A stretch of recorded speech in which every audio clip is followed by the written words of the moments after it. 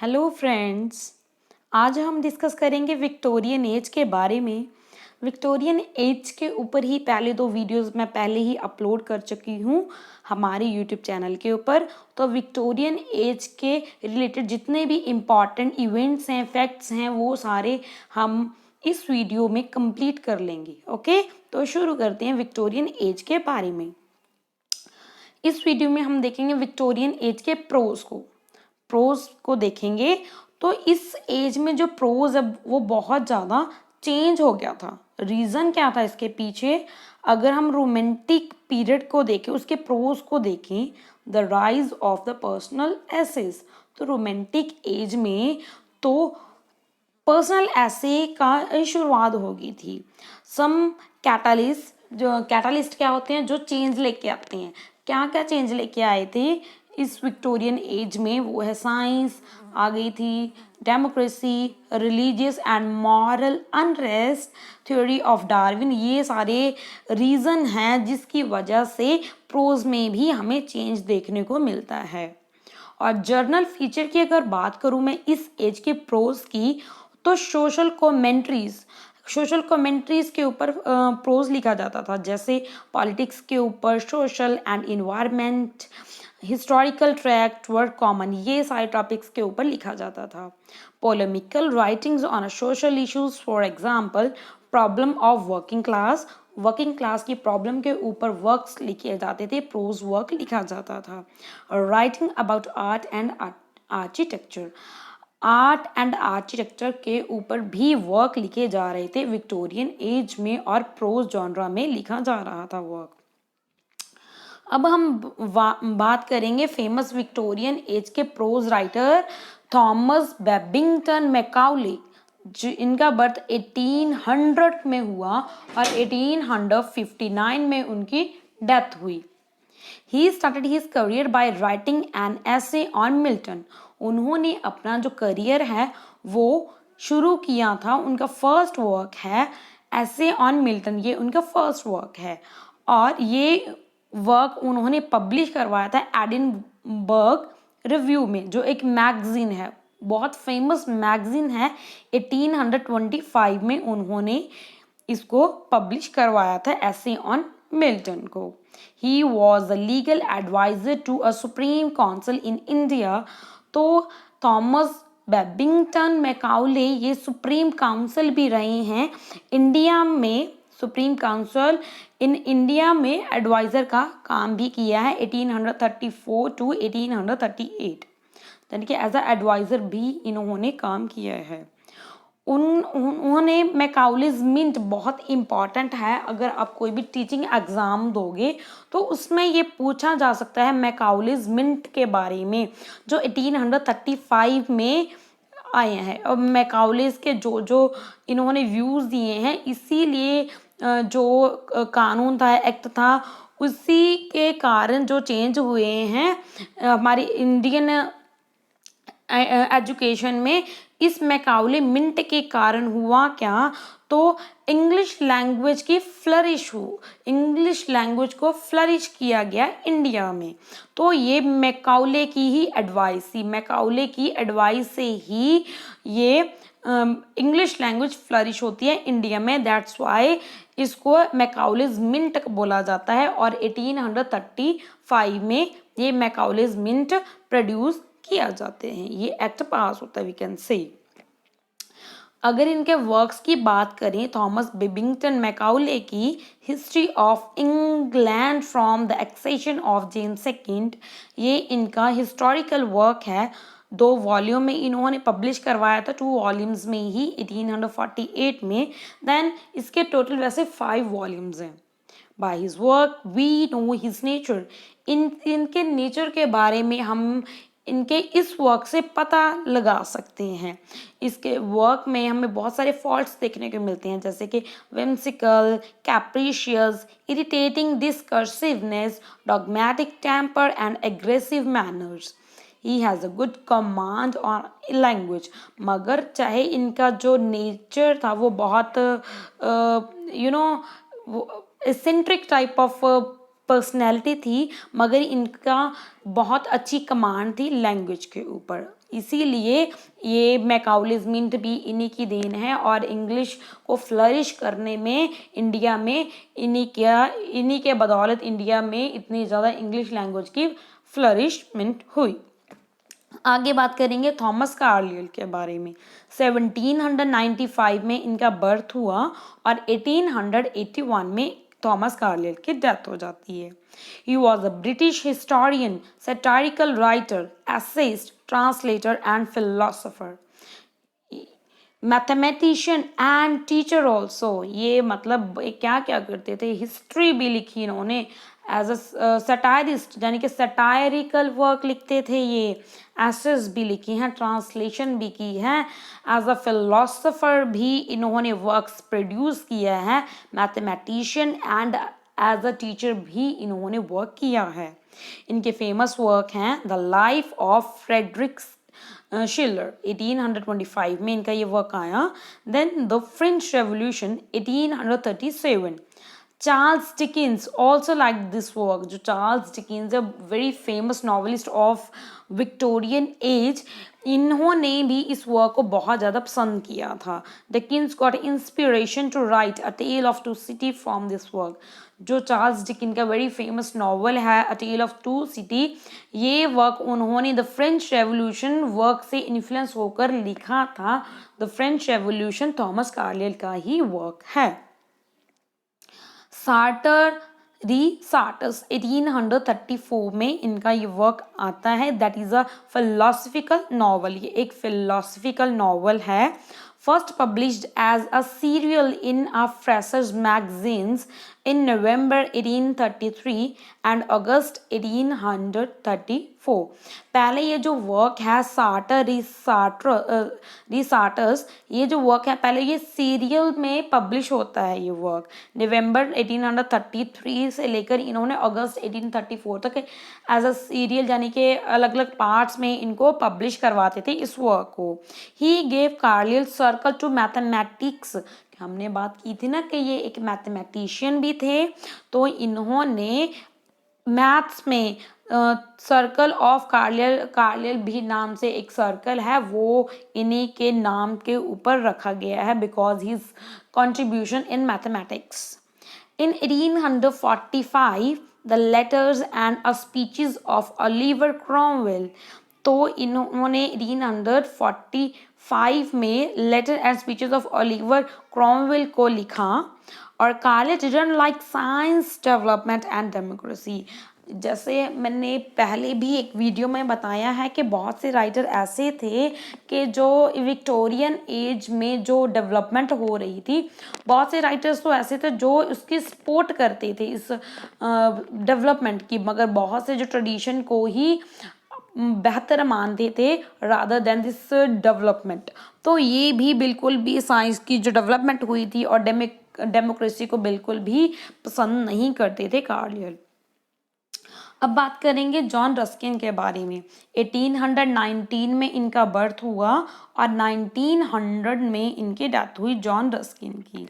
He won the Newdigate prize at Oxford for a Salsette and a Elephanta. ये इनका work है, 1839 में इनका ये वर्क आता है और इसी वर्क के लिए इनको न्यूडिगेट प्राइज मिलता है ऑक्सफोर्ड यूनिवर्सिटी की तरफ से। इनके फेमस वर्क हैं मॉडर्न पेंटर्स, 1843 में पब्लिश हुआ। In this work he spotted Pre Raphaelites. इस वर्क में मॉडर्न पेंटर्स जो इनका वर्क है जॉन रस्किन का, इस वर्क में ये प्री-रफेलाइट्स को सपोर्ट करते हैं। प्री-रफेलाइट्स के बारे में भी मैं आपको बताऊंगी।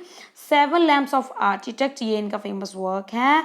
Other work the stone of Venice, the two parts, ये भी इनके वर्क्स हैं जॉन रस्किन के। He was so influenced from a Thomas Carlyle in his last career। अपने लास्ट करियर में ये थॉमस कार्लियल हैं, उनसे बहुत ज़्यादा इंस्पायर्ड थे। उनके बारे में हम पहले डिस्कस करके गए हैं ना, थॉमस कार्लियल के बारे में तो हमने डिस्कस किया है। उनसे बहुत ज़्यादा ये इंस्पायर्ड थे John Ruskin. By influencing he transformation of the art critic into a philanthropist and reformer. उनसे ये इंस्पायर होकर, पहले ये एक आर्ट क्रिटिक थे, जॉन रस्किन पहले ये आर्ट क्रिटिक थे, उनसे थॉमस कार्लाइल से इन्फ्लुएंस होने के बाद ये आर्ट क्रिटिक से ट्रांसफॉर्म होकर फिलैंथ्रोपिस्ट बन जाते हैं। फिलैंथ्रोपिस्ट क्या होते हैं? जो ह्यूमंस को जो ह्यूमैनिटी को पसंद करता है, रिफॉर्मर, एक रिफॉर्मर बन जाते हैं। और इनके लेटर वर्क्स हैं unto this last, Munera Pulveris, time and tide by Weare and time. अब हम बात करेंगे इस एज की, विक्टोरियन एज के famous movement that is the Oxford movement के बारे में। बहुत इंपॉर्टेंट मूवमेंट है ये। It is Oxford movement. इसका नेम ऑक्सफोर्ड मूवमेंट क्यों बना? Because most of the devotees were belong to Oxford University. Because जो ज़्यादातर जो डिवोटीज हैं वो इस ऑक्सफोर्ड यूनिवर्सिटी से बिलोंग करते थे, इसीलिए इस मूवमेंट का नाम भी ऑक्सफोर्ड मूवमेंट बना। In Victorian age, Comet planned to de-recognize the Anglican Church of Ireland. अगर मैं आपको बताऊं कि जो चर्च है ना, चर्च उसको दो हिस्सों में बांटा गया है, एक तो एंग्लिकन है और एक है एंग्लिकन, एक प्रोटेस्टेंट, है ना। तो ये जो गवर्नमेंट है वो प्लान करती है कि वो जो एंग्लिकन चर्चेज हैं, आयरलैंड के एंग्लिकन चर्चेज हैं, उनको डी रिकॉग्नाइज कर देंगे।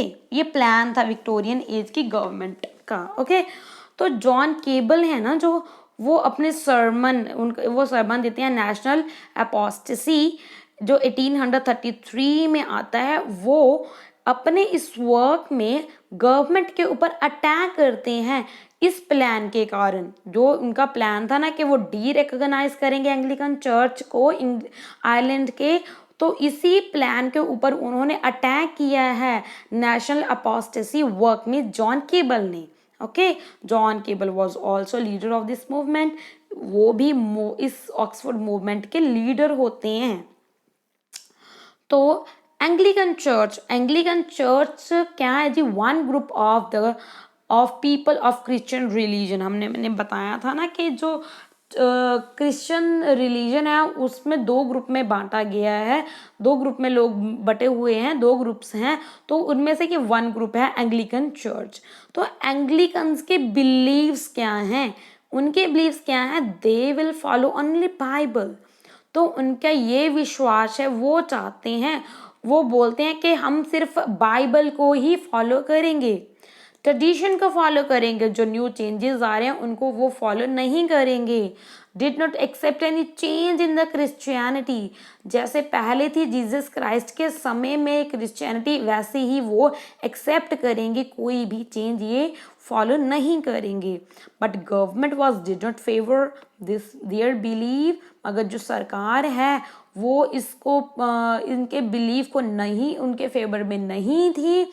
ऑक्सफोर्ड मूवमेंट इसीलिए स्टार्ट हुई थी कि वो बचा सकें अपनी ये ट्रेडिशनल वैल्यूज़ को। That's why they start this Oxford movement.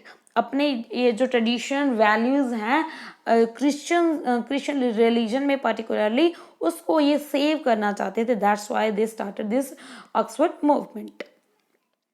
Tracts for the Times 1833 to 1841. It is a work after the publication of this work. ये जो वर्क पब्लिश होने के बाद Tractarianism term use for this movement. इस work के बाद, produce होने के बाद, पब्लिश होने के बाद, इस मूवमेंट को, द ऑक्सफोर्ड मूवमेंट को ट्रैक्टेरियनिज्म नाम से भी जाने लगा। 90 tracts most written by John Henry Newman. जो 90 ट्रैक्स है ना इस वर्क में, वो ज़्यादातर जॉन हेनरी न्यूमैन के द्वारा लिखे गए हैं। जॉन हेनरी न्यूमैन के बारे में देखते हैं। 1801 में बर्थ हुआ, 1890 में डेथ हुई इनकी। ये चीफ स्पोक्समैन हैं इस मूवमेंट के, ऑक्सफोर्ड मूवमेंट के। First an Anglican priest and later a Catholic priest and a cardinal. पहले तो ये क्या थे? एंग्लिकन प्रीस्ट थे। एंग्लिकन को जिनके ऑक्सफोर्ड जो मूवमेंट है उसको सपोर्ट करते थे, मगर बाद में ये अपना फेथ चेंज कर लेते हैं और कैथोलिक बन जाते हैं। कैथोलिक प्रीस्ट बन जाते हैं और कार्डिनल बन जाते हैं। तो इसीलिए ये बहुत कंट्रोवर्शियल पर्सनैलिटी रहे हैं, क्योंकि पहले तो ये सपोर्ट कर रहे थे एंग्लिकन को और देन ये कन्वर्ट कर लेते हैं अपने आप को कैथोलिक, अपने व्यूज चेंज कर लेते हैं। तो ये खुद बोलते हैं to live is to change and to be perfect is to have changed often. John Henry Newman जो 1801 to 1890 इसके बारे में हमने डिस्कस किया है ना, तो इनके जो जब ये थे ना ऑक्सफोर्ड मूवमेंट में, तो न्यूमैंटीज बोला जाता था फॉलोअर्स को, ठीक है, 1845 तक, ठीक है। उसके बाद एडवर्ड ब्यूवेरी पुसे होते हैं, ये जब ये मतलब लीडर होते हैं तब उनके फॉलोअर्स को पुशेटीज बोला जाता है, यानी कि 1845 के बाद। ओके, द ऑक्सफोर्ड मूवमेंट के अदर मेंबर्स देखते हैं कौन कौन से हैं। John Keble, Charles Marriott, Richard Froude, Robert Wilberforce, Isaac Williams, William Palmer. Although writer did hard work to back traditional values, तो बहुत इन्होंने हार्ड वर्क किया कि वो ट्रेडिशनल वैल्यूज़ को दोबारा से लेकर आ जाएंगे, बट विक्टोरियन एज की ऑडियंस सेकुलर हो गई थी, वो सेकुलर रिलीजन को फॉलो करने लग गई थी, तो वो ये अपना जो गोल है वो अचीव नहीं कर पाए, यानी कि सक्सेसफुल नहीं हो पाए, अपने इस गोल को अचीव नहीं कर पाए वो ऑक्सफोर्ड मूवमेंट के जो भी लीडर थे। Okay, also audience shown interest in the prose, चाहे जो ऑडियंस है वो प्रोज में इंटरेस्ट शो कर रही थी, मगर वो जो आइडियाज दे रहे थे प्रोज में, अपने आइडियाज प्रोड्यूस कर रहे थे, दे रहे थे अपने वर्क्स के थ्रू, वो फॉलो नहीं कर रही थी ऑडियंस। अदर इम्पॉर्टेंट इवेंट्स की बात करूँ अगर मैं विक्टोरियन एज के, this movement shaped England social, political, culture, literary and history. तो जितने भी इवेंट हुए, लाइक ऑक्सफोर्ड हो गया, और भी कितने भी इवेंट्स हैं, जैसे डेवलपमेंट हो गई थी, डेमोक्रेसी आ गई थी, ये सब में बहुत इन सभी मूवमेंट्स ने इंग्लैंड की social, political, cultural, literary and history को चेंज कर दिया था, शेप कर दिया था। These movement brought England to modern age, तो इन्हीं मूवमेंट की वजह से ये इंग्लैंड मॉडर्न एज की तरफ जा रहा था। जैसे कार्ल मार्क्स का वर्क है दास कैपिटल, 1867 में आता है ये वर्क। ये जो वर्क है इसने बहुत ज़्यादा हेल्प की in the development and the influence of communism. तो कम्युनिज्म क्या है? तो दो आइडियोलॉजी हैं, एक तो है कैपिटलिज्म, एक है कम्युनिज्म। ये दोनों एक दूसरे के वर्सेस हैं, यानी कि ये दो, एक और बोलता है, एक कुछ और बोलता है। तो ये जो कार्ल मार्क्स है ये कम्युनिज्म को सपोर्ट करते थे। कैपिटलिज्म वाले क्या बोलते हैं इस आइडियोलॉजी के में क्या बोलते हैं? वो बोलते हैं कि एवरीथिंग शुड बी प्राइवेट, सब कुछ प्राइवेट होना चाहिए, प्राइवेटेशन को ये सपोर्ट करते थे कैपिटलिज्म वाले। और कम्युनिज्म वाले क्या कहते थे कि जो ये सब कुछ जो भी है वो गवर्नमेंट के कंट्रोल में होना चाहिए। तो ये दोनों का क्या है जी, ये एक दूसरे के एंटी हैं। जो कार्ल मार्क्स हैं वो कम्युनिज्म को सपोर्ट करते थे, वो बोलते थे कि प्राइवेट होने के कारण, सब कुछ प्राइवेट होने के कारण क्या है जी, अमीर और अमीर होएगा और जो गरीब है वो और गरीब होएगा, इसीलिए गवर्नमेंट के कंट्रोल के अंडर ही कोई भी वर्क होना चाहिए। The Great Exhibition of 1851, it is also very important event of this period, Victorian age. Celebration of modern industry, technology and design. तो ग्रेट एग्जीबिशन लगाया गया था, इसमें मॉडर्न इंडस्ट्रियल टेक्नोलॉजी के डिज़ाइन को सेलिब्रेट किया गया था। Almost all the world's country participate in this exhibition. लगभग जो पूरे वर्ल्ड की कंट्रीज हैं उन्होंने पार्टिसिपेट किया था इस एग्जीबिशन में। द क्राइमियन वॉर हो रही थी, Ottoman empire, France, Britain and Sardinia, ये और एक तरफ थे रशियन एम्पायर, यानी कि एक तरफ तो इतनी सारी कंट्रीज थी और एक तरफ थे रशियन एम्पायर, उनके बीच में क्राइमियन वॉर हो रहा था जिसमें रशिया मतलब हार जाता है, रशियन की वो हार जाते हैं और ये Ottoman empire, France, Britain and Sardinia ये जीत जाते हैं, इनकी विक्ट्री होती है। This is all about Victorian age. I hope you like this video. Thanks for listening me. God bless you. Best of luck for your exams.